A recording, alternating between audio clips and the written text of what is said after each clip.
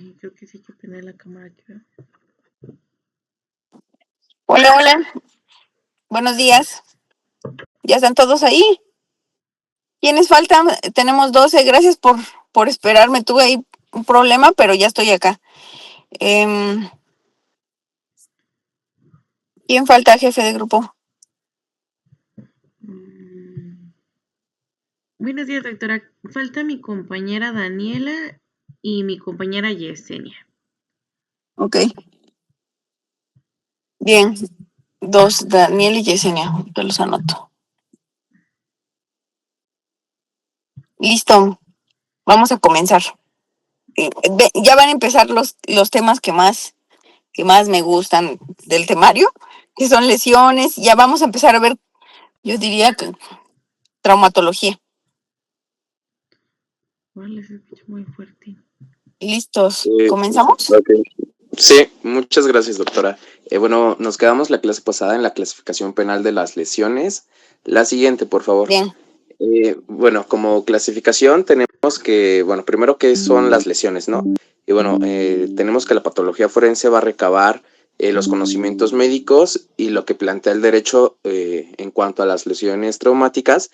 Y estos dos conocimientos los vamos a clasificar en lesiones mortales, que son las que producen la muerte por mecanismo ya sea directo o indirecto, en un tiempo inmediato o diferido, pero sin ruptura de la lesión inicial y el resultado. Es decir, puede, por poner un ejemplo, ¿no? Juan Pérez acuchillar a alguien y pasaron 24 horas, pero esa lesión fue la que provocó la muerte, ¿no? De Juan Pérez, ya sea 24 horas, en 12 horas, pero fue la lesión inicial la que provocó esa muerte, y eso es lesiones mortales. Las lesiones no mortales son aquellas que con gravedad variable no conducen a la muerte, pero dan lugar al delito de lesiones.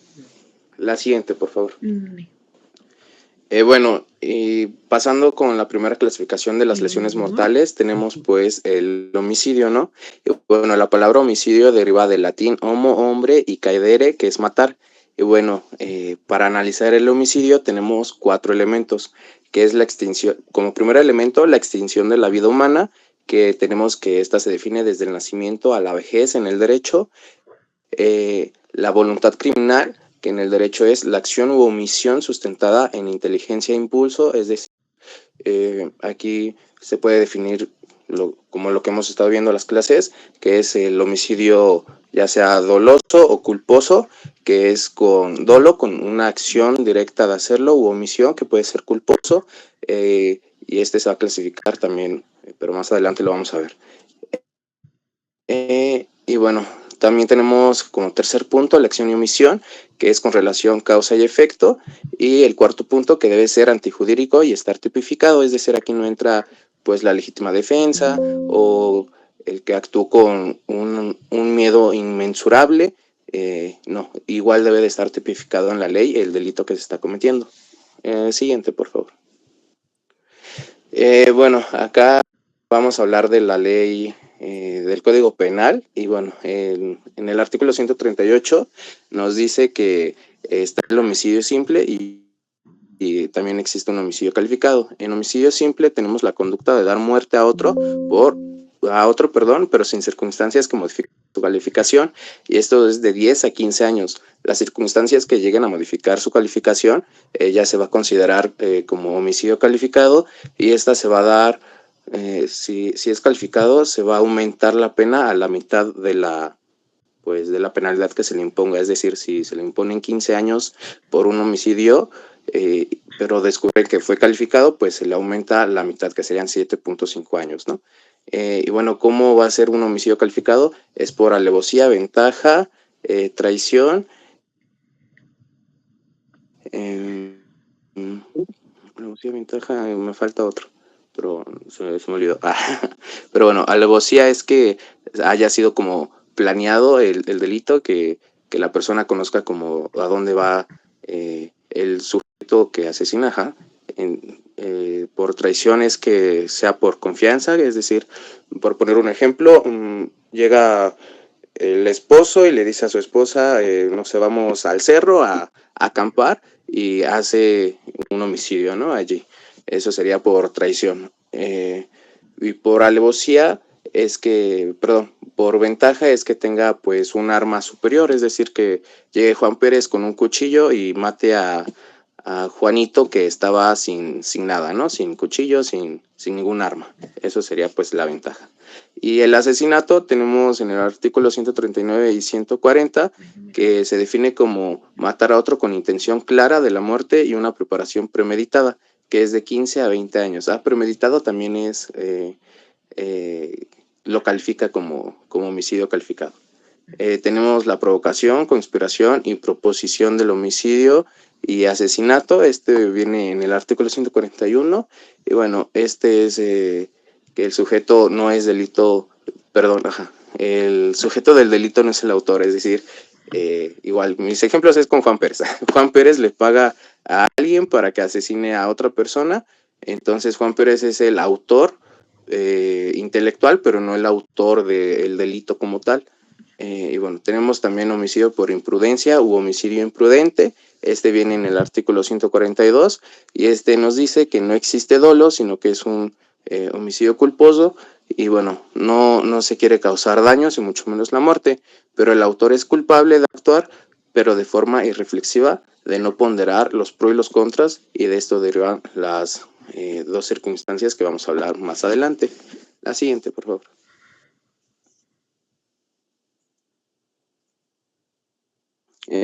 Derivan dos circunstancias. La primera es la relación con el medio lesivo, que aquí nos dice que los medios lesivos van a ser sea el coche o un arma de fuego. Y bueno, estos, ¿por qué? Porque pues se necesitan un permiso, ¿no? Para poder manejar un coche y para poder tener un arma de fuego. Entonces la pena va a ser de 1 a 4 años si es que el asesinato se cometió con el coche, y va a ser la privación de la tenencia del coche.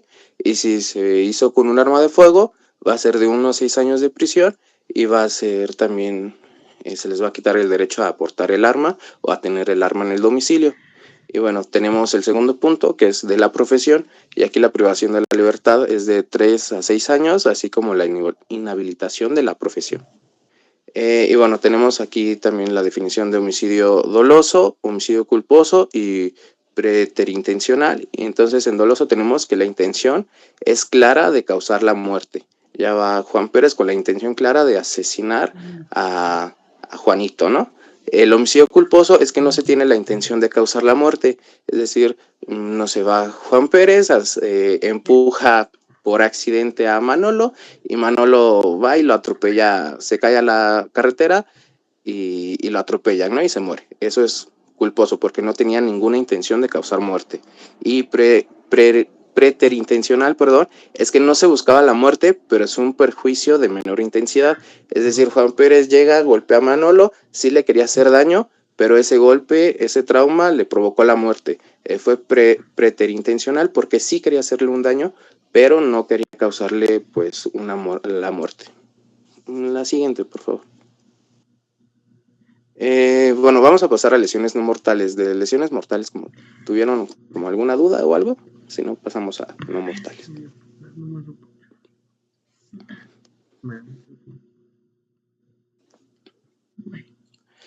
Bueno, pasando entonces a lesiones no mortales, tenemos que esta es toda alteración anatómica o funcional ocasionada por agentes ya sean externos o internos. Entonces lo vamos a subdividir en dos, ¿no? Como primer punto, la causa interna o natural es, pues obviamente sin intervención externa, y aquí nos quedan pues los envenenamientos o la muerte natural, ¿no? Y como causa externa es la naturaleza violenta que puede alterar los órganos, tejidos y las funciones. Y aquí pues se dividen en varios. Primero, como primer punto, tenemos los agentes mecánicos, que es un cuerpo animado de movimiento que choca contra el sujeto, y este va a ser un trauma activo. Y el sujeto que choca contra algo inmóvil es un trauma pasivo. Es decir, si yo le lanzo la botella a alguien, un martillo a alguien, es un trauma activo.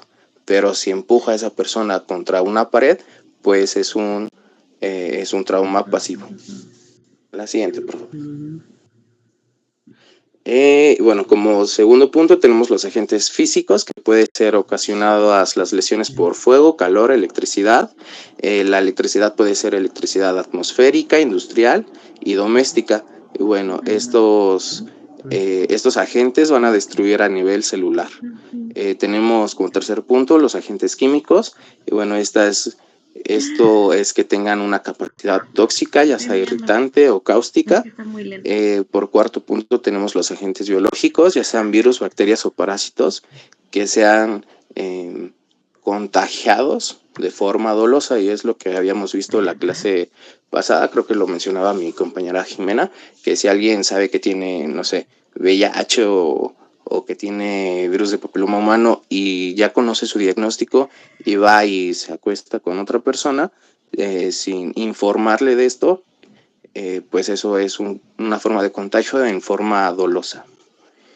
Tenemos por quinto los medios psicológicos, y bueno, acá como definición que venía en el libro o como ejemplo era el mobbing, que es hasta que la víctima sucumbe y desiste, es decir, que existe un acoso en el medio ya sea laboral o estudiantil, donde a una persona pues la estén acosando pues todos los compañeros o un compañero en específico, y eso ocasiona que la persona se sienta mal psicológicamente, renuncie, no se sienta capaz de completar sus metas, y después de renunciar siga sintiendo esta necesidad de estar aislado de los demás.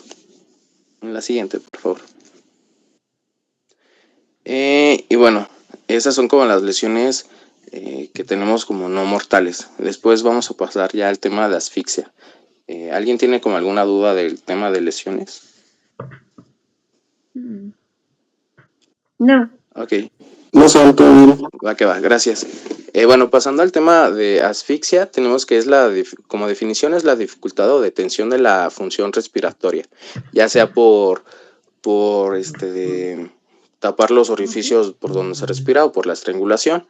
Y bueno, tenemos en el artículo, lo define en el artículo 138 y lo sanciona en este mismo. Y tenemos que el homicidio y las lesiones son calificadas. Una disculpa. Creo que ahí se movió como la diapositiva, porque dice asfixia, pero estamos hablando igual de lesiones. Una disculpita. Pero bueno, en el artículo 138, el homicidio y las lesiones son calificadas cuando se cometan con ventaja, traición, alevosía, retribución o por el medio empleado, ya sea con saña y alteración y el estado de alteración voluntaria u odio. Esto es lo que decía de cómo las lesiones de homicidio simple se iba a volver homicidio calificado. Una disculpa, ahí se movió esa información. Entonces, como un pequeño paréntesis, ¿no? Ya pasando ahora sí a asfixia, entonces existe la asfixia, o la más común que vamos a ver aquí, es la anóxica, y bueno, es la disminución de la concentración del oxígeno en la sangre. Y bueno, en esta su origen pues es variado, ¿no? Y suele ser debido a la escasez de oxígeno en el ambiente o a la obstrucción en el flujo de aire en las vías respiratorias o a la enfermedad pulmonar. Y bueno, se derivan las asfixias de estas, se van a derivar las asfixias mecánicas. Aquí, la siguiente, porfis. Aquí no... Antes. Ahora sí me hiciste reír porque mi hijo igual también dice una disculpita. Ahora ustedes, las nuevas generaciones son de disculpitas. Entonces me hiciste reír ahora sí. Mira, regresa la diapositiva anterior, por favor. Sí. Ajá. O sea, es que las asfixias, ¿qué significa asfixia? Es supresión de la entrada de oxígeno, ¿sí? O de aire respirable para poder hacer el intercambio gaseoso. Entonces, realmente el término en algunos casos no sería asfixia, sino sería, por ejemplo, hipoxia, ¿no? Pero nosotros vamos a utilizar el término de asfixia refiriéndonos a la supresión de la entrada de oxígeno. Y de hecho hay diferentes tipos de asfixias. La asfixia anóxica, ¿sí? Donde de pronto dicen no pudo entrar el oxígeno al cuerpo. Tenemos otro tipo donde la hemoglobina está ocupada por otros componentes y entonces no, el oxígeno no puede ser llevado por la hemoglobina. Entonces tenemos diferentes tipos de asfixias, pero entonces vamos a ocupar el término de asfixia como a la falta o la supresión de aire, de oxígeno que entra a las vías respiratorias para poder realizar el intercambio gaseoso. ¿Cómo vamos a dividir a las asfixias? Pues en asfixias mecánicas va a ser un grupo. Las asfixias por ahogamiento van a ser otras o sumersión. Asfixias por estrangulamiento y asfixias por estrangulamiento y ahorcamiento, ¿sí? Entonces vas a empezar a hablar primero de las asfixias mecánicas, porque esta clasificación es pregunta de examen. O si tienes un cuadro donde hable sobre la clasificación de las asfixias. Creo que hice uno, pero muy como a grosso modo, porque hay otro equipo que expone solamente asfixias. Ok, bien. Entonces continúa. Gracias. Sí. La siguiente, por favor. Bueno, pasando a las asfixias anóxicas, estas se van también a subdividir en ahorcadura y estrangulación, ¿no? Bueno, ¿y qué datos vamos a ver en las asfixias, mecánicas?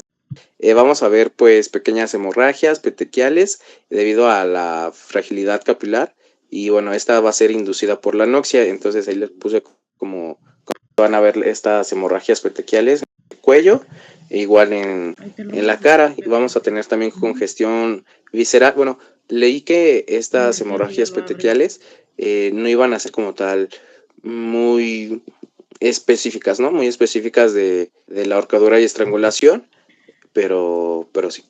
Entonces, en general estas hemorragias de tipo petequias que se van a observar en las serosas de los órganos, por ejemplo, corazón, pulmones, en las conjuntivas, no son propias de las asfixias, sino que esto a qué nos hace referencia en las petequias, en las serosas, pues que hubo falta del intercambio gaseoso, ¿sí? O ruptura de los vasos sanguíneos de pequeños capilares.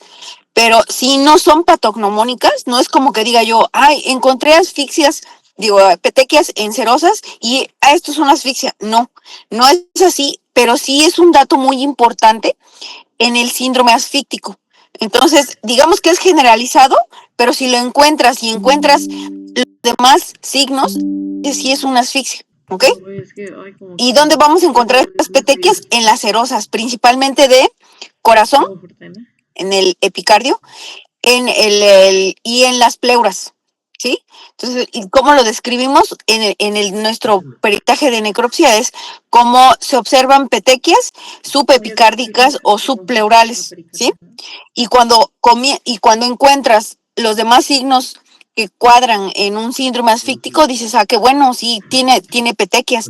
Pero si no siempre, por ejemplo, cuando hay infartos pulmonares, y no estamos hablando precisamente de una asfixias mecánicas o cualquier otra de las asfixias, y en los infartos pulmonares también podemos encontrar petequias en los pulmones, o en el caso del infarto del miocardio, también encontramos petequias en corazón, distribuidas, difusas, y aparte tiene su infarto del miocardio. Entonces, como decía su compañero, no son patognomónicas, pero cuando aparecen los demás signos de asfixia, como el síndrome asfíctico, nos ayudan bastante para poder, digamos, que quede bien asentado ese diagnóstico. Continúa, doctor. Muchas gracias, doctora. También como otro punto podemos o se puede ver la congestión visceral, que bueno, es una lesión capilar anóxica. Esta va a causar vasodilatación y una acumulación de sangre en los órganos y se va a ver como una congestión visceral. Igual estos datos como mencionaba no son como muy específicos porque puede ser ocasionada la congestión visceral por igual una baja de oxígeno. Y bueno, también tenemos la cianosis, que en este caso no se va a llamar cianosis, sino que se va a llamar congestión, y este signo es que se va a ver un poquito más a su lado de lo normal, la zona de la cara. Bueno, por lo que leí en el libro era la zona de la cara, pero igual por el proceso de muerte, si ya lleva mucho tiempo, pues ya no es como nada específico, pero sí vamos a, si fue a corto plazo, sí se va a ver un poquito más azulada la cara que las otras partes del cuerpo. También tenemos la coloración roja azulada en la zona afectada por la marca, pues por la congestión visceral que se va a hacer en la parte del cuello y en la cara, se va a quedar un poquito más roja y se va a ver azulada, pero con esos tonos como rojos, ¿no? En las zonas afectadas. También vamos a tener que bueno, no le entendí muy bien en la fluidez de sangre porque lo leí, pero no lo entendí como que muy bien. Yo le entendí que al diseccionar se va a ver como la sangre que estaba congestionada o estancada, cómo va a seguir fluyendo, como que no se va como a coagular, pero que va a seguir fluyendo la sangre. No lo entendí como muy bien. O sea, se va... En el caso, Ajá, perdón. En el caso de las asfixias, cuando decimos que hay fluidez de la sangre es porque como de pronto hubo un corte espontáneo de la circulación, entonces vemos fluidez de la sangre sobre todo en las cámaras derechas del corazón. Entonces cuando se hace la disección se observan las cámaras derechas con sangre líquida, pero fue porque hubo un corte de la circulación y entonces se queda estancado el corazón. Pero a eso se refiere, hay un corte súbito de la circulación y entonces es como se queda estancado, ¿sí? Entonces observamos fluidez de la sangre y eso principalmente en las cámaras derechas del corazón. Ok, muchas gracias, doctora. La siguiente, por favor.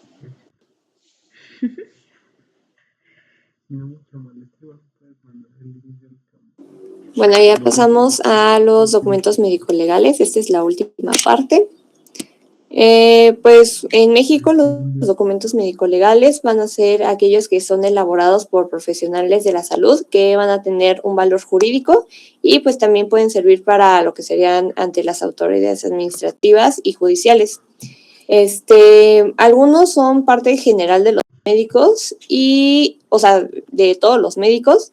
Y también, pues no va a depender de su especialidad, pero pues también van a formar parte específicamente de lo que sería en el ejercicio de la medicina legal.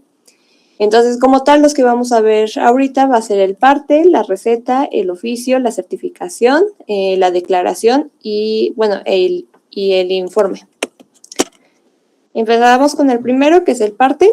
Como tal, pues va a ser muy breve, el cual pues únicamente su objetivo es comunicar el hecho de una forma muy simple, lo que sería pues menos de una cuartilla, y pues se hace de forma clara y concisa el hecho de lo que motiva. Y pues obviamente con fecha y firma. Pues como tal sus partes sería, bueno, no, como tal, como está compuesto, va a ser, bueno, primero van a ser 5 tipos, que va a ser el parte de lesiones, el de médico forenses, el de incapacidad temporal, el de interés sanitario y el de información pública. Pues vamos a empezar con el de lesiones, que pues debe de emitir lo que atienda a un individuo que presenta la lesión para informar la existencia de la misma de la autoridad judicial. Y pues también va a haber la existencia, aquí también entran lo que serían las intoxicaciones, abortos y lesiones del feto. Ahora sí, lo que consta va a ser de 3 partes, que va a ser el preámbulo, que se debe de recoger todos los datos del médico. El segundo va a ser pues ya todo el cuerpo, que va a constar de los datos de identificación del lesionado. En segundo, la descripción de la lesión, que debe ser muy específica, y decir la naturaleza de esta y la localización. También la asistencia prestada y dónde se ha remitido el lesionado. Y por último, el pronóstico médico-legal, que se basa con la necesidad posterior del tratamiento que se necesite. Y por último, pues ya va a ser que deba de tener el lugar, la fecha y pues obviamente firmado por el médico. Los médicos forenses van a ser donde concreta gran parte de la actividad y esto se usa también para comunicarse con lo que sería el juez. Y van a ser varios tipos de partes, o sea, subtipos dentro de este. El primero es el de esencia, el cual pues emite el reconocer inicialmente a los lesionados y debe de ser con mucha precisión y al igual que como los anteriores, con la naturaleza de la lesión, localización, partes orgánicas interesadas y anticipar pues pronósticos.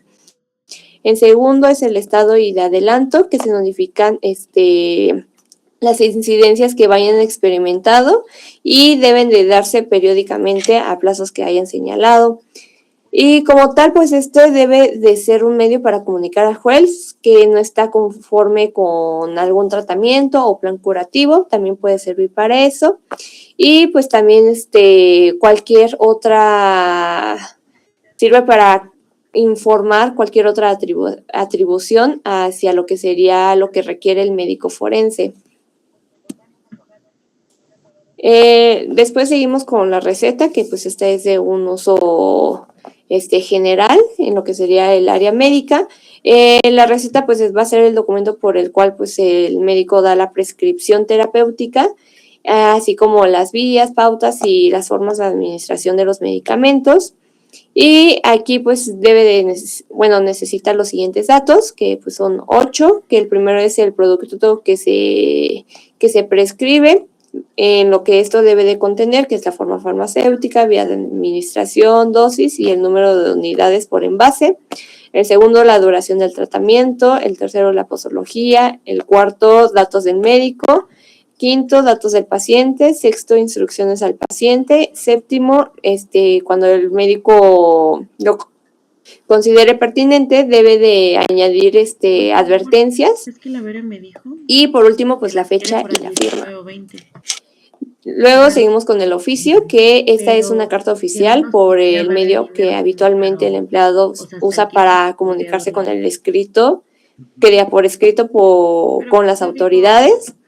Y pues aquí debe de distinguirse en 3 partes, que es el preámbulo, que debe ser de una forma muy breve, que suele ser como tengo el honor de poner en su conocimiento y lo siguiente, ¿no?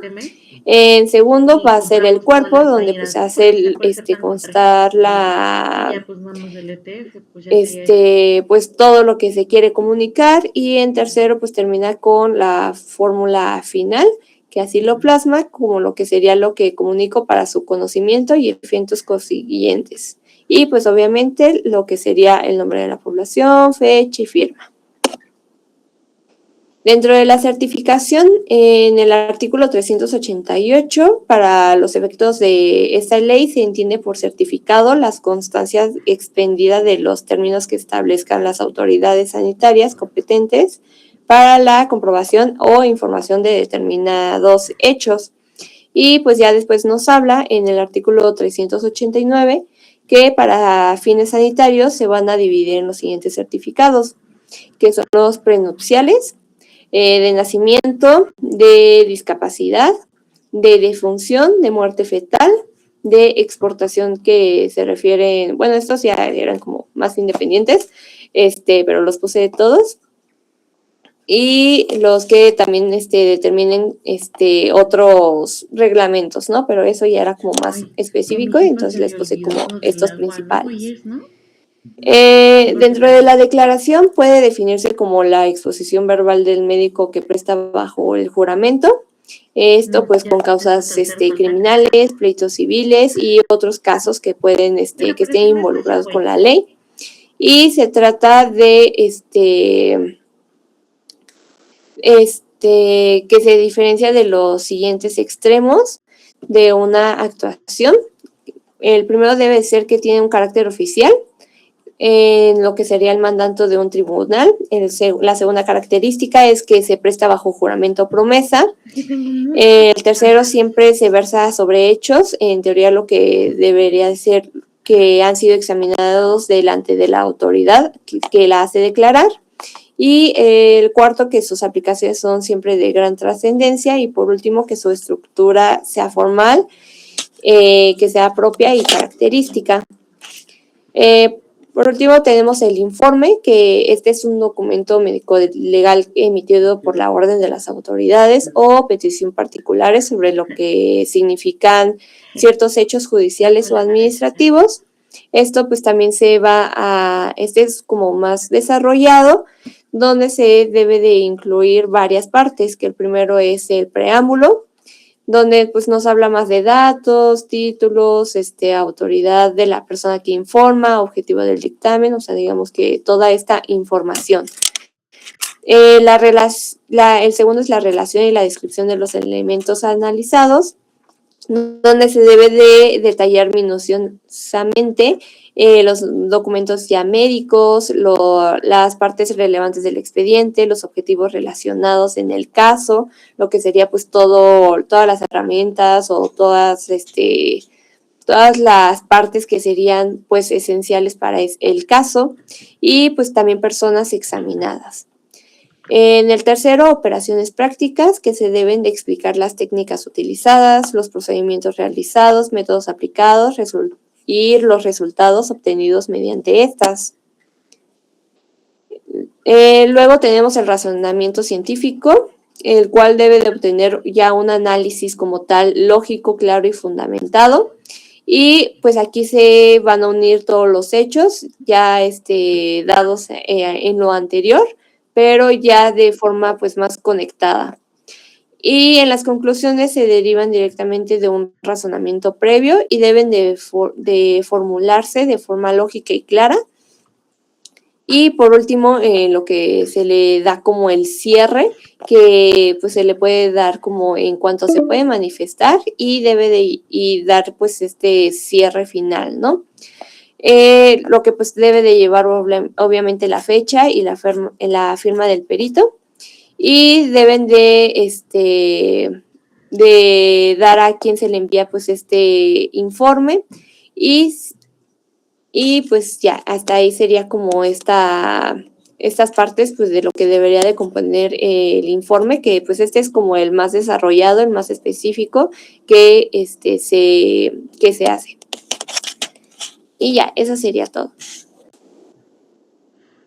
Nosotros frecuentemente utilizamos el informe porque cuando nos dan alguna carpeta de investigación o cuando nos solicitan que realizamos algún otro dictamen, aparte del de necropsia, informamos, mandamos este escrito al Ministerio Público solicitando, a lo mejor si me piden otro dictamen, solicitando mayor información sobre el caso. Pueden ser la carpeta de investigación, fotografías, declaraciones, documentos médicos si estuvo en hospital. Entonces, este documento lo ocupamos frecuentemente para solicitar información o decirle al Ministerio Público: en este momento no estoy en condiciones de pronunciarme al respecto con lo que él esté solicitando, debido a que aún no han salido, por ejemplo, los laboratorios de la necropsia que se realizó, ¿sí? Entonces, de alguna manera estamos avisando que nos falta información, nos falta tiempo, o en su momento ponemos que por la carga de trabajo no es posible realizar lo que nos están solicitando, pero que lo vamos a hacer cuando haya oportunidad, ¿no? Entonces, es frecuente que nosotros utilicemos el informe médico, pues el dictamen es otro de los documentos que realizamos todos los días. La receta médica, bueno, me quedé pensando que es uno de los documentos que ustedes van a utilizar frecuentemente y deben de requisitarlo debidamente para que puedan, pues, utilizarlo bien, porque en algunas ocasiones dicen: no, pues no está bien requisitado, y no les reciben la receta, no les surten el medicamento, y quien digamos paga las consecuencias pues es el paciente, porque hay que regresar y volverles a pedir la receta y que se la vuelvan a extender o le coloquen algún dato que se está solicitando para poderla surtir, ¿sí? Pues bueno, ¿dudas de aquí, chicos? No.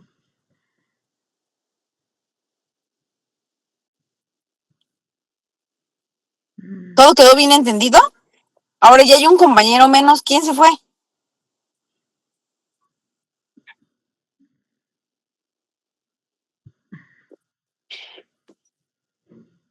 Ay, no sé. Bueno, antes de que comencemos con el otro tema, pues voy a entrar al estacionamiento y ya me conecto allá arriba y volvemos a iniciar la sesión, jefe de grupo, para que sigamos con vamos, continuamos con el siguiente tema.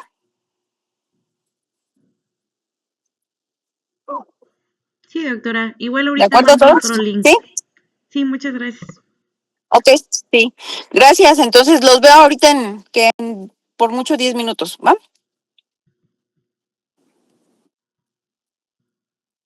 Gracias. Es que se me tarda mucho en abrir el micro.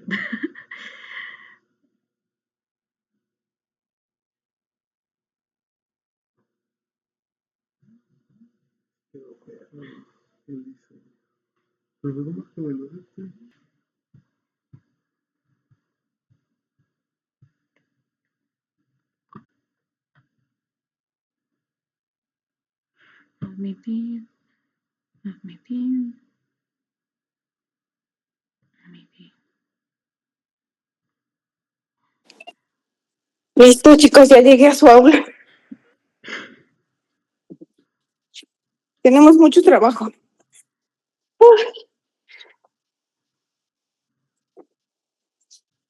¿Pueden presentar siguiente tema? Voy. Sí, doctora, voy. Ah,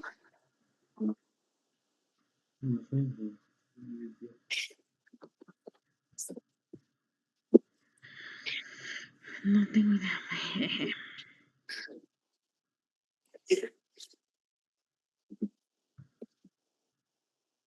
Ay, ya se me trabó.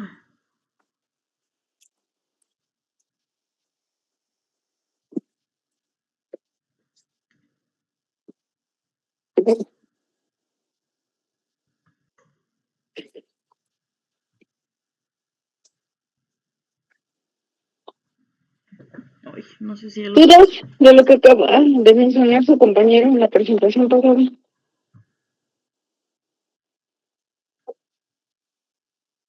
¿Qué les parece si hacemos un banco de datos? Un banco de preguntas de cada tema. No sé,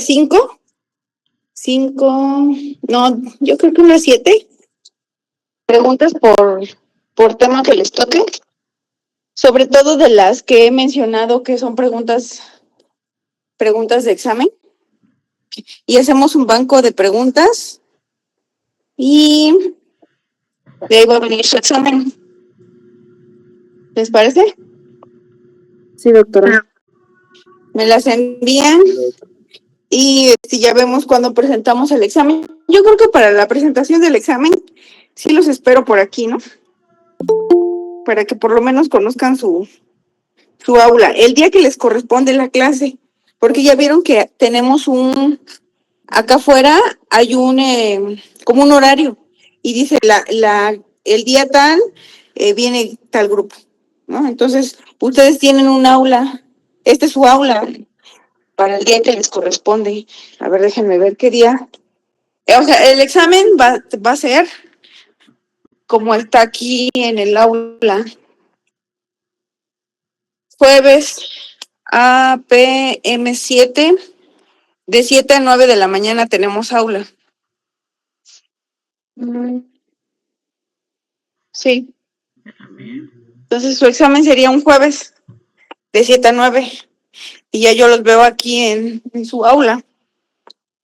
Doctora, acerca de eso, bueno, es que se suben calificaciones la otra semana y por eso le preguntaba por mensaje que La cuándo otra semana, pues entonces, ¿qué les parece si los veo el jueves de la próxima semana?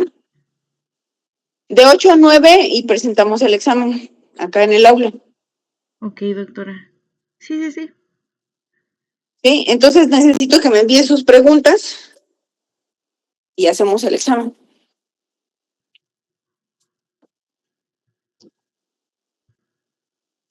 Después de eso nos pasamos todos al anfiteatro, aprovechando de que van a estar aquí, pues nos pasamos todos al anfiteatro. Ujú. ¿Ok? Ahora sí continúen, compañeros. ¿Qué me dice? Listo. Ahí ya se logra ver. Sí, sí se ve. Bueno, buenos días, maestra y compañeros. Yo les voy a hablar acerca de los hechos de tránsito. Igual y vamos a hablar un poco sobre los accidentes aéreos. Bueno, comenzando primero como con lo que es su definición. Los hechos de tránsito, como igual también se les puede conocer como siniestro vial, es un evento generalmente involuntario, imprevisto, infortunado, generado por al menos un vehículo en movimiento, mayormente por un error humano que va a ocurrir en vía pública o privada y provoca daños materiales, lesiones o pues la muerte de las personas. Pero está bien así porque... Bueno, aquí empezando con lo que es el atropello, para eso pues igual tenemos unas definiciones. Por primera parte tenemos que el atropello tiene en un sentido pues muy amplio de la palabra el significado de pasar precipitadamente por encima de algo o derribar o empujar violentamente a algo, a alguien para abrirse paso. Mientras que por otra parte en medicina legal se va a referir a un tipo especial de violencia que tiene lugar como consecuencia el encuentro entre un cuerpo humano y un vehículo o animal en movimiento. Generalmente estos se van a tratar de accidentes de los que pueden derivarse situaciones pues, de responsabilidad penal o civil para el conductor del vehículo o animal incriminados o pues para su propietario. Y bueno, aquí como dato pues es que aunque estos se dan con menos frecuencia, la etiología suicida o homicidia generalmente pues son accidentes, pero igual también pueden, como vamos a ver un poquito más adelante, pues también a veces tratarse de suicidio. Para que entendamos un poco mejor los atropellamientos, igual tenemos que dividirlos en sus tipos de vehículos que causan este atropello. Entonces, pues yo aquí se los dividí de forma general, bueno, así como vehículos con ruedas no provistas de neumáticos y vehículos de ruedas neumáticas. En una parte tenemos los vehículos de tracción animal y los vehículos de trayecto obligado. Y por otra parte, en los vehículos de ruedas neumáticas tenemos los velocípedos, las motocicletas, los automóviles de gran mole y pues los automóviles en sí. Comenzando con lo que son los vehículos con ruedas no provistas de neumáticos, pues tenemos los vehículos de tracción animal.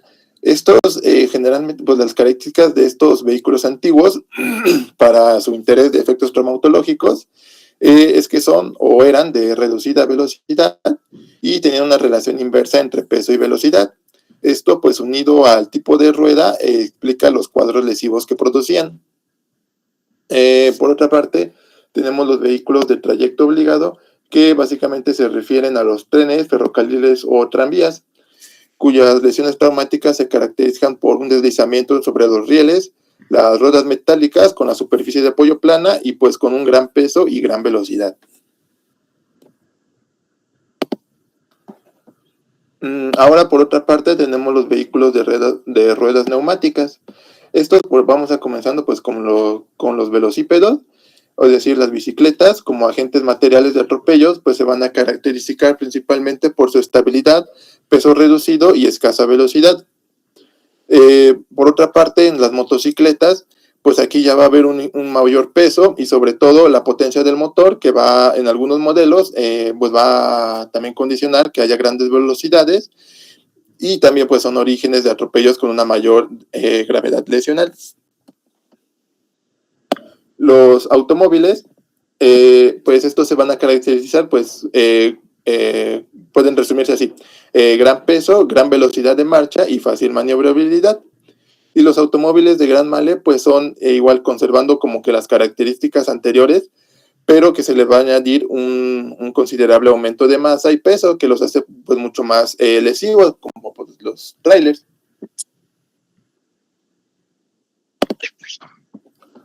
De forma, en síntesis, pues los factores que van a dar origen a esta lesividad en los distintos vehículos podemos resumirlos como los siguientes puntos.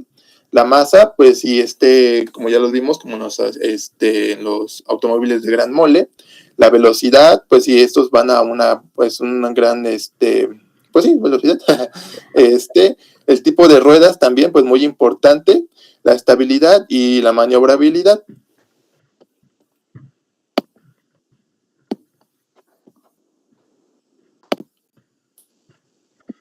Ahora, pasando a estos, lo que son las fases del atropello, pues vamos a ver que de forma como que general, estos van a seguir un orden determinado, sucediéndose de uno tras otro.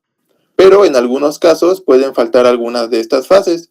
Esto nos va a dar como resultado que vamos a tener dos tipos de atropellamiento, que es el atropello típico completo y el atropello incompleto.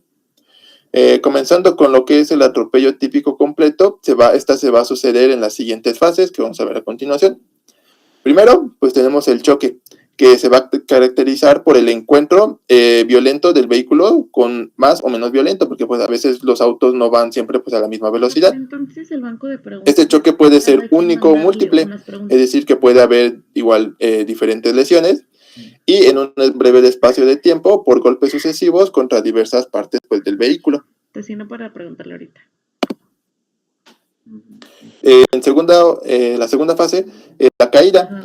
Esta se produce este tiempo si la víctima, por ejemplo, al chocar con el vehículo, es lanzada por a mayor o menor distancia, de la cual igualmente existen dos variedades de caídas, las que tienen lugar sobre el suelo, al ser derribado la víctima con mayor o menor violencia, interviniendo el factor pues, de la aceleración. Y la que es la segunda es la proyección del cuerpo de la persona que fue atropellada hacia arriba o algo lateralmente. Con la caída se va a realizar pues general pues sobre el propio vehículo en su parte delantera, sobre el parabrisas o incluso a veces hasta sobre el techo del coche. La tercera fase es el aplastamiento. En esta fase, en casos más típicos, igual tiene lugar en dos tiempos sucesivos. En primera, pues el vehículo, en caso de que pues, la persona fue arrojada al suelo, el vehículo alcanza al individuo que ya se entierra, toma contacto contra él y trata de pasarle por encima o apartarle de su trayectoria. Como justamente por el momento, pues trata como que de esquivarlo, pero pues no puede. Y si logra pasar por encima, el cuerpo de la víctima es comprimido contra el suelo por las ruedas o otras partes del vehículo, aplastándolo a su paso. El arrastre, igual, en estos casos, pues las fases anteriores suceden en muchas ocasiones, el arrastramiento de la víctima durante cierto trayecto.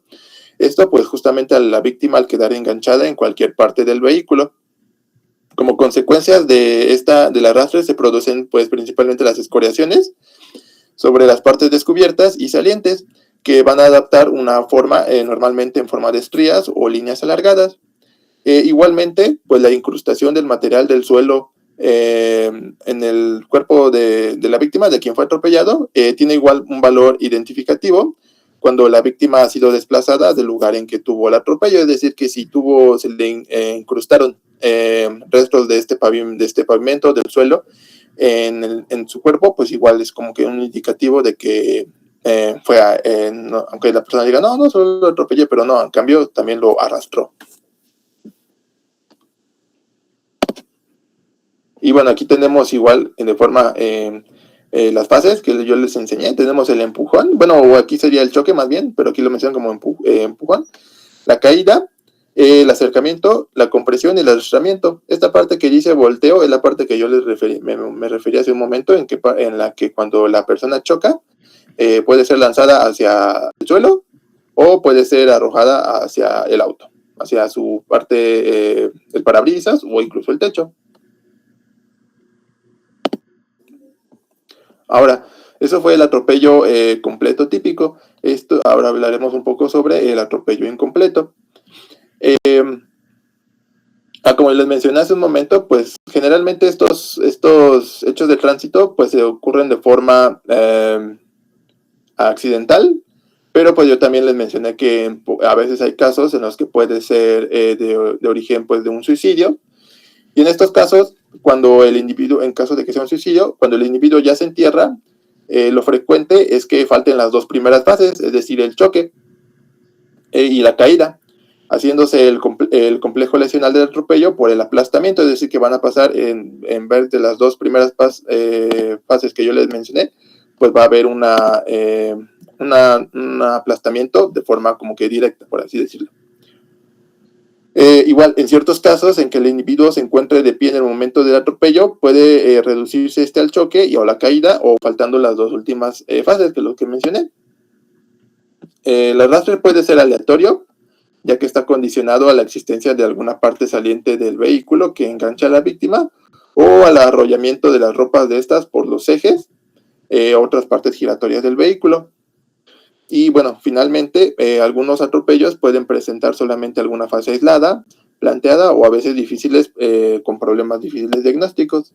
Justamente, pues, de lo que más mencionaban, pues es como de la parte de los como que suicidios, igual como que no se da muy común, pero igual se puede dar, en los que les mencioné, faltan estas dos primeras fases, y la víctima pues como que se arroja directamente, y las llantas del vehículo pues les van a pasar así directamente. Entonces por eso es que dicen que faltan las dos primeras fases, y por eso también se llama incompleto.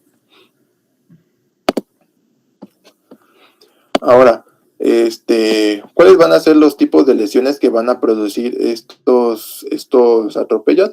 Pues vamos a igualmente tener diferentes zonas en las que se pueden presentar estas lesiones, comenzando con los que son casos con lesiones solo craneoencefálicas.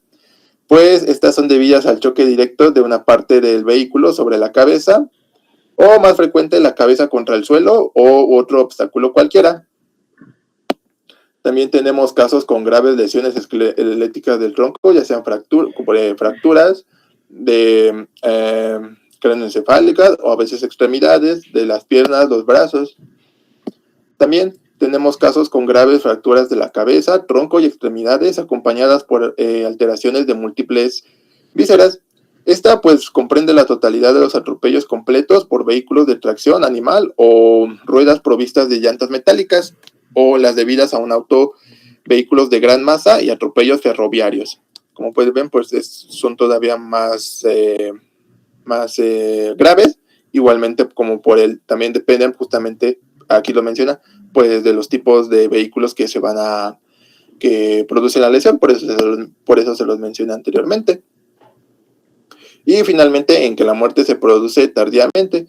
Esto quiere decir que al momento de que la persona o la víctima fue atropellada, pues no falleció, pero por complicaciones más graves al momento de ser heridas posteriores, pues se produce la muerte.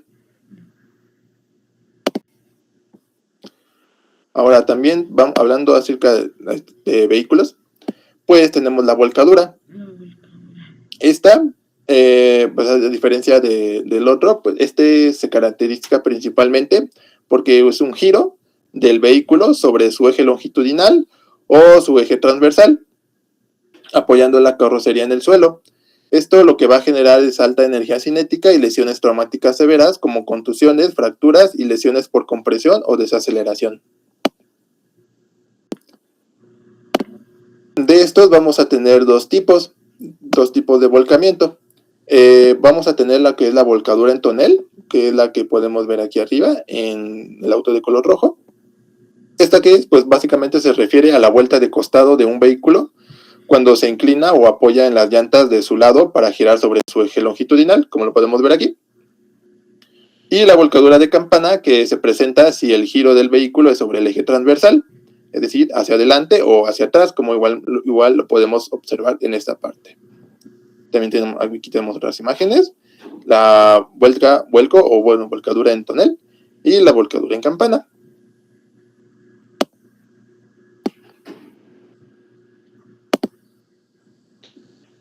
También tenemos lo que es la caída de vehículo en movimiento. Esta generalmente pues se va a presentar que se presente por faltas de sujeción, puertas mal cerradas o negligencia. Pues es un incidente pues de alto riesgo, que igualmente puede resultar en lesiones graves o fatales, pues justamente porque el vehículo todavía sigue en movimiento a una gran velocidad y pues aunque no pueda parecer que lo atropelle, por ejemplo, en el atropellamiento, sino que solo caiga, pero igualmente por toda esta fuerza que se está generando o que genera también por la velocidad, pues nos van a presentar lesiones muy graves. Pues su mecanismo de impacto es contuso, pues aquí como le mencioné, pues es un choque contra el suelo con las fuerzas cinéticas, es decir, la aceleración y desaceleración, y estas nos van a dar como resultado comúnmente traumas craneoencefálicos, fracturas múltiples y lesiones viscerales por cizallamiento o proyección.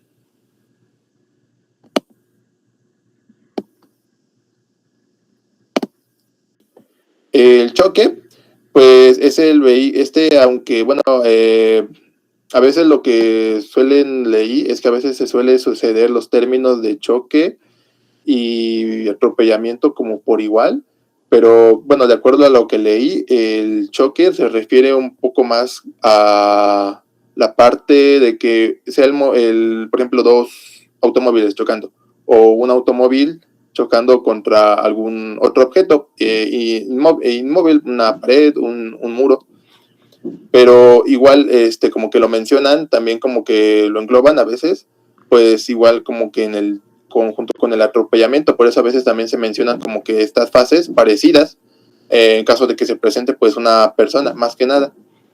Este choque puede ser único o múltiple, sucede en un breve espacio de tiempo y hay golpes sucesivos contra diversas partes del vehículo. Bueno, estas son sus características. Como les mencioné, pues también como que lo mencionan parecido a lo que es el atropellamiento, pero aquí, de acuerdo a la información que logré conseguir, pues también mencionan a veces como que son fases, que son que son las que les voy a mencionar a continuación, que son, por ejemplo, empezando con lo que es el impacto primario. Pues va a corresponder al golpe que el vehículo asesta al peatón.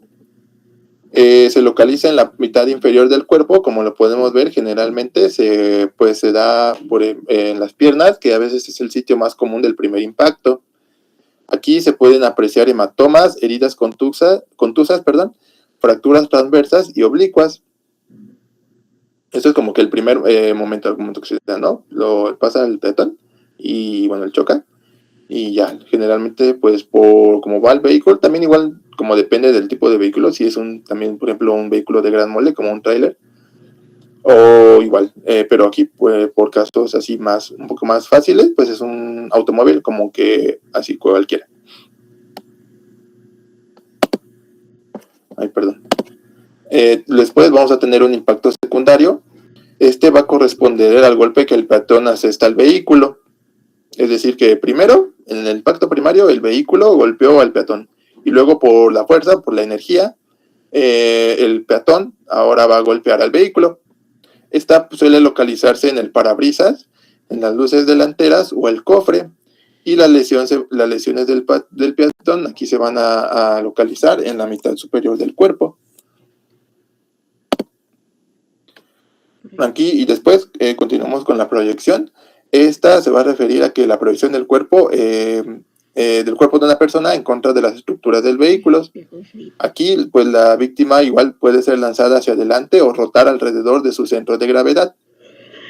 Y también, pues le mencioné, pues el trayecto de la víctima depende del tipo de vehículo, la velocidad igualmente a la que se encuentra y dónde ha sido el primer contacto con su cuerpo.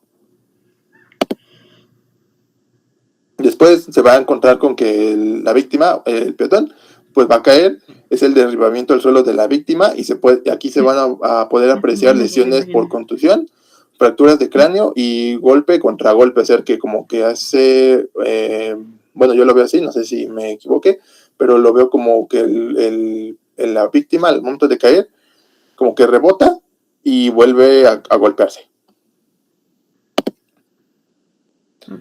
Después vamos a tener lo que es el aplastamiento, que resulta del paso del vehículo sobre la víctima. Y aquí ya pues se pueden igualmente apreciar lesiones por compresión, fracturas, traumatismos y equimosis.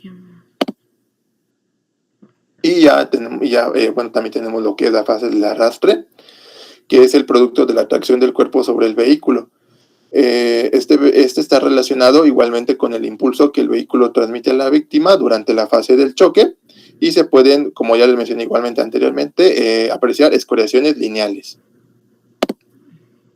Y bueno, aquí tenemos lo que son estas son las imágenes ya más completas que les puse. Igual tenemos como sus fases. Aquí igualmente la mencionan la velocidad, porque pues justamente también es como que parte importante de la gravedad, o un factor, como ya les mencioné, pues del tipo de lesiones que van a presentar, o qué tantas lesiones, o el grado de gravedad de las lesiones que va a presentar la víctima.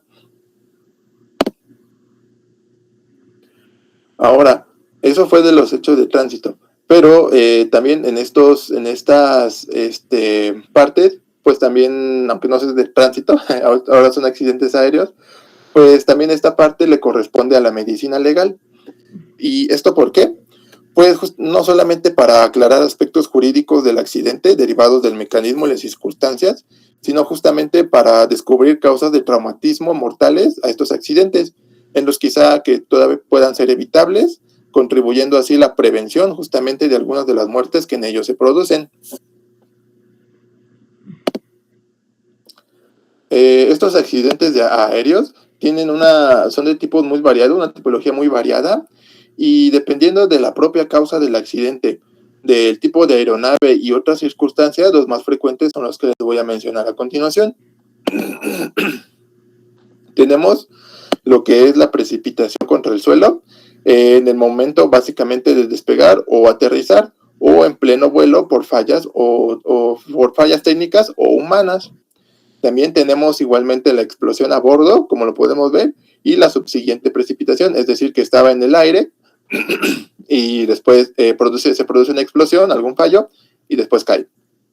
A diferencia del primero, que es en caso de que no hubo ninguna explosión a bordo, sino que justamente al momento de despegar o aterrizar hubo algún fallo y pues ocurrió el accidente.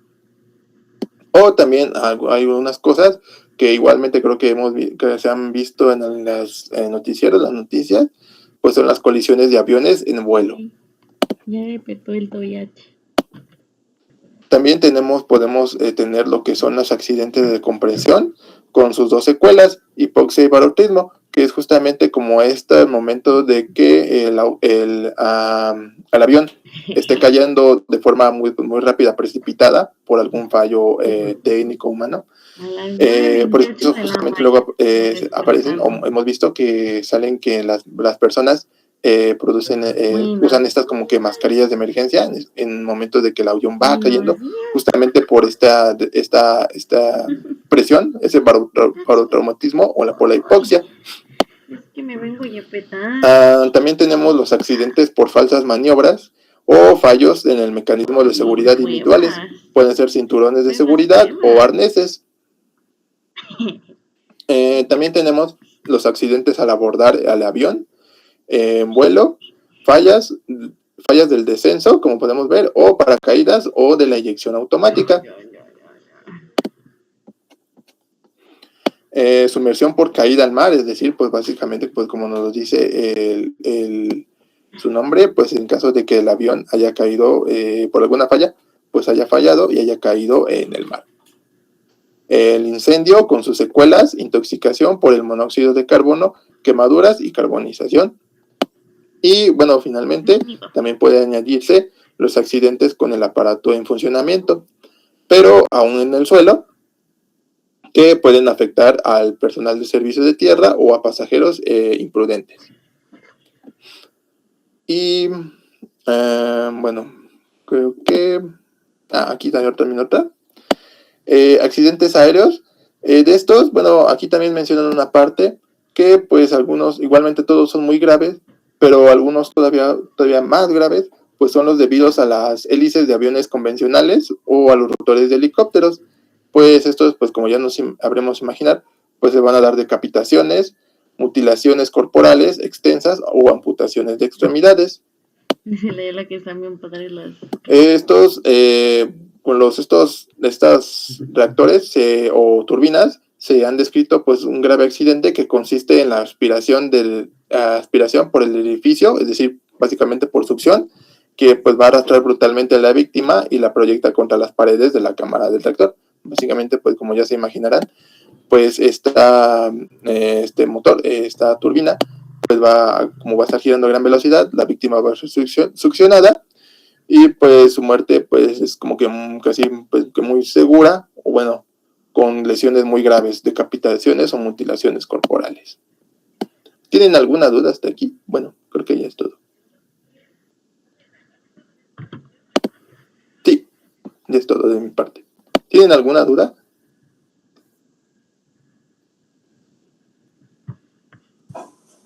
Doctora, yo sí me quedé con una duda. Pues nada más como para... Sí, te escucho. ¿caché todo? Pero, Sí, nada más para ver si lo caché todo o me revolví. Por decir, el atropellamiento con todas las fases, cuando es completo, podría ser como con lo que pasó con el motociclista, ¿no? Que hubo el impacto, voló un poco, lo aplastó y lo arrastró. Y donde no entendí la posición de choque, podrían ser las personas que se avientan a los carros para impactarlos. Y ahí sería como primero un choque y no después una entendí bien.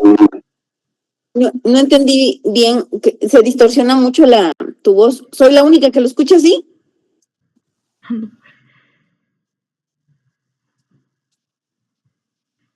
No, Alguien sí que se me pueda escucha un decir. poco distorsionado. Se escucha mal. Sí, yo igual lo escucho un poquito. A ver, distorsionado. nuevamente, doctor.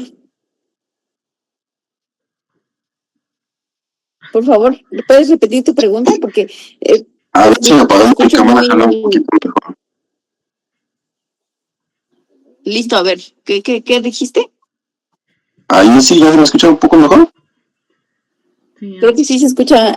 Habla despacio y creo que sí se escucha mejor. Ah, sí, le comentaba Listo. que sí, por decir, si en el caso del choque era como lo que pasó con el motociclista, porque se veían todas las fases de un atropellamiento completo.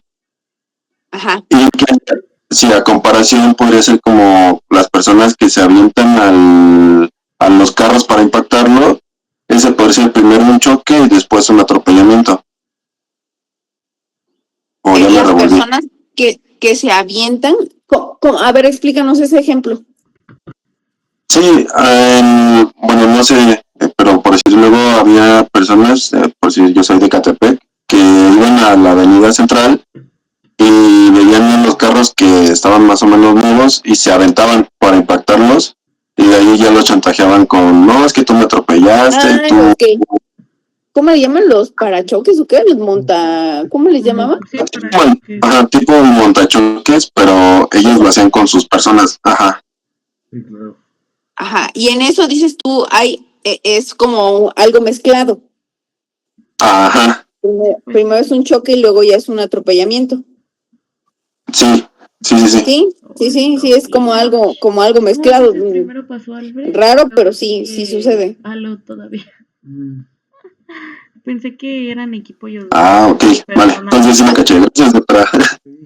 Criminalísticamente, ¿qué es lo importante de este tema que es? Porque dicen, bueno, pues primero, es pregunta de examen, las fases del atropellamiento, ¿sí? Esa es pregunta de examen. Entonces, tendrán que hacer su pregunta o si no, yo la voy a incluir. Pero esto es pregunta de examen, las fases del atropellamiento. Luego, Ya lo estoy anotando. aquí, criminalísticamente, ¿qué nos interesa? Porque en el cadáver podemos encontrar restos del auto, ¿sí? Como puede ser pintura o algún material que se haya desprendido al momento que hubo contacto con el auto. ¿Esto para qué? Pues para que puedan encontrar a la persona que ocasionó las lesiones. Y en el auto, pues es importante encontrar las abolladuras o digamos lo que se le haya destruido al auto para que haya correspondencia con el cadáver, ¿sí? Entonces es importante, tal vez aquí nosotros ya no tenemos tanto contacto con ese tipo de estructuras, por ejemplo, o materiales que se le desprenden al auto, porque recordemos que aquí en el instituto llega ya el cadáver llega sin pertenencias, y ya estuvo manipulado y a lo mejor ya no podemos encontrar, puede ser que no encontremos este tipo de materiales. Pero cuando llegamos al lugar de intervención, si alguien se dedica posteriormente a ser criminalista o es médico que acude al lugar de intervención, pues ahí podemos encontrar restos de materiales del auto y es importante hacer el levantamiento de estas estructuras o de este material para que después haya una confronta cuando se tenga al auto que provocó las lesiones. Ahora bien, cuando tenemos aquí el cadáver, pues hay que documentar las lesiones de manera muy descriptiva y meticulosa, porque en el cadáver podemos encontrar, por ejemplo, dónde fue la fase del impacto. Si suponemos que vamos a suponer que estamos sobre Reforma y sabemos que Reforma es por ambos lados, ¿no? Tiene circulaciones por ambos lados, en ambas direcciones. Entonces esta persona va cruzando la calle y tiene lesiones a nivel de las rodillas, del lado izquierdo. Lo que nos hace pensar es que el impacto fue del lado, la persona iba cruzando y el impacto fue del lado izquierdo, es donde encontramos fracturas y equimosis. Entonces podemos documentar si tal vez tenemos un video y más las lesiones del cadáver o del lesionado, más encontramos un auto que corresponde con la altura de las lesiones que presenta esta persona, pues entonces podemos hacer una correlación y decir sí es el auto o no. Es importante porque al nivel de las lesiones, pues entonces buscaríamos un auto de esa altura, ¿sí? No es lo mismo tener lesiones a nivel de la cadera que tener lesiones a nivel de la rodilla. Entonces, se puede realizar una correspondencia entre los diferentes autos que tengamos como ya detenidos y las lesiones que tiene esta persona. Las fases del atropellamiento están bien descritas, hay que aprendernos cada una de las fases. Y lo importante aquí es que cuando tenemos un atropellado, pues bueno, hay que documentar todas las lesiones. Vamos a encontrar de todo tipo de lesiones, tanto zonas fracturas, heridas, zonas equimóticas. Podemos encontrar de diferentes tipos de lesiones, pero lo más importante es hacer una correspondencia, ¿sí? Si más adelante describir las lesiones, a qué nivel las tenemos para que posteriormente se haga una mecánica de lesiones, si es que ya se tiene un auto detenido o posteriormente lo detienen, pues entonces ya se hace la correspondencia de las lesiones, como les decía, por ejemplo, la fase del impacto, donde tenemos a qué nivel tenemos lesiones, o en el caso del auto dicen, observamos una zona ovalada en el parabrisas que probablemente corresponda con el cráneo o con la cabeza. Y cuando vemos a al lesionado, pues tiene un traumatismo craneoencefálico, entonces se hace correspondencia. Principalmente les decía, pues esto es para un dictamen posterior, que es el de mecánica de lesiones, pero la descripción de las lesiones que tenemos en nuestro cadáver, pues es de mucha importancia para el criminalista, que él es el que posteriormente va a realizar estos dictámenes, ¿sí? Entonces, las lesiones que vamos a encontrar, pues son diversas, son muy variadas. Es mentira si yo les digo ahorita, no, pues nada más vamos a encontrar el aplastamiento del tórax y abdomen, o nada más del cráneo, o solo traumatismo craneoencefálico. Es más, ¿cómo quedaría la causa de la muerte en un atropellado? Pues sería un conjunto de traumatismos, ¿sí? Porque está muy variado. Es muy variado las lesiones que podemos encontrar. Otra de las cuestiones que ahorita, en el caso del aplastamiento, ¿qué es importante? ¿Cómo vamos a describir la lesión? Porque muchas de las veces tenemos la impronta de los neumáticos en la piel, porque se forma una zona equimótica excoriativa que se observa, por ejemplo, en toda la cara anterior del tórax. Entonces es importante documentar esa lesión para que posteriormente lo mismo, si tenemos un auto, se haga la correspondencia entre esa zona equimótica, porque les digo, totalmente es una impronta. Entonces, y si después tenemos un auto que está detenido, pues a realizar la correlación, la correspondencia. También Hay algo más les iba a decir. Pues bueno, es importante aprenderse las fases, así como las dijeron sus compañeros. Las lesiones pues son variadas. La clasificación de las lesiones, pues bueno, podemos tener desde lesiones que tardan en sanar menos de 15 días hasta lesiones que ponen en peligro la muerte o que causaron la muerte, ¿no? Estas lesiones son diversas y cómo es que estas lesiones son relativamente, directamente proporcionales a la velocidad, ¿no?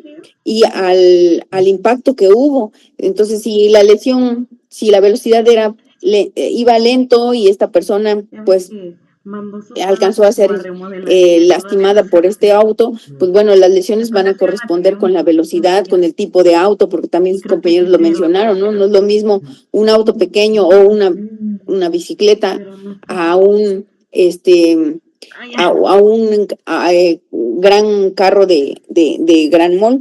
Entonces, pues eso depende. Tenía yo, cuando tomé la maestría en criminalística, teníamos un profesor que nos daba hechos de tránsito. Y la mayoría de los peritos de hechos de tránsito son ingenieros, porque aplican muchas fórmulas. De hecho, hay varias fórmulas para calcular.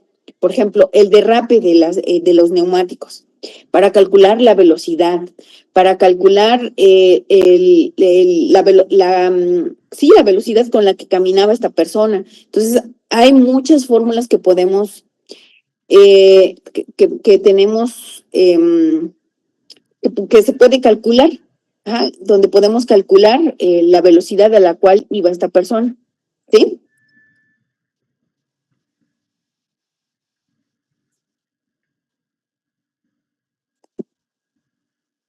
¿Preguntas de este tema, chicos? No. No, creo que hasta el momento no. Bien. Entonces, pues bueno, creo que aquí la vamos a dejar. Ya tenemos, designación de expedientes para ir al anfiteatro. Cuando estemos aquí dentro de 8 días, cuando ya nos designen trabajo, pues nos bajaremos al anfiteatro para que podamos observar la necropsia. ¿Ok?